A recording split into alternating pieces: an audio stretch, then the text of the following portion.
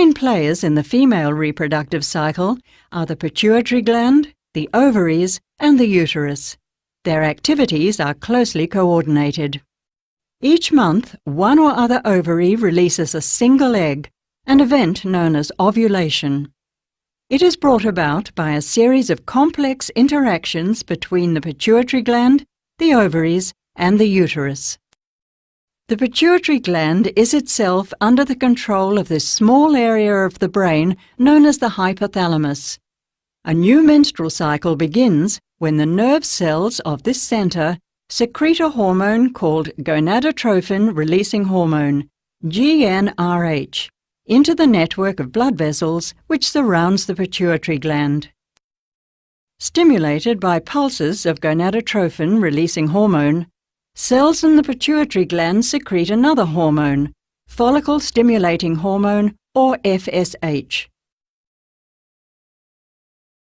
FSH travels in the bloodstream, reaching the ovaries. There it stimulates the formation and growth of an ovarian follicle in one or other ovary. The follicle consists of an egg, a number of surrounding cells which secrete estrogen hormones, and fluid. FSH helps the egg to mature and prepares it for release. As the follicle matures, the hypothalamus increases secretion of GnRH. This in turn stimulates the pituitary to secrete a second hormone which acts on the ovary. This is luteinizing hormone, or LH. Toward the middle of the cycle, there is a sudden peak in the blood level of LH.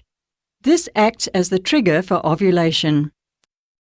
Within minutes of its release, the egg is guided by suction through the fringed opening of the outer end of the fallopian tube, starting it on a journey which will take 5 or 6 days as it passes down the tube and finally reaches the cavity of the uterus. Meanwhile, after the follicle ruptures, it is converted into this yellowish body known as the corpus luteum.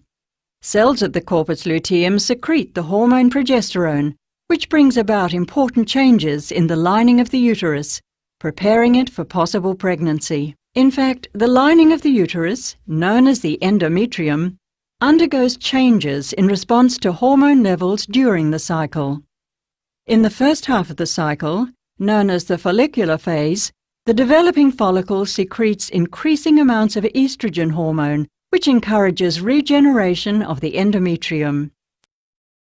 After ovulation, there are important changes in the endometrium, aimed at making it suitable to receive a fertilized egg. These changes are brought about by a secretion of progesterone from the corpus luteum. The secretion of progesterone is maintained for several days, but if the egg is not fertilized in that time, the corpus luteum withers, and falling levels of progesterone and estrogen trigger the shedding of the uterine lining as the menstrual flow. The cycle then starts again. But if the egg is fertilized, no menstruation occurs, as the corpus luteum continues to function, secreting progesterone during the first 3 months of the pregnancy. Thereafter, numerous changes occur to support the developing embryo.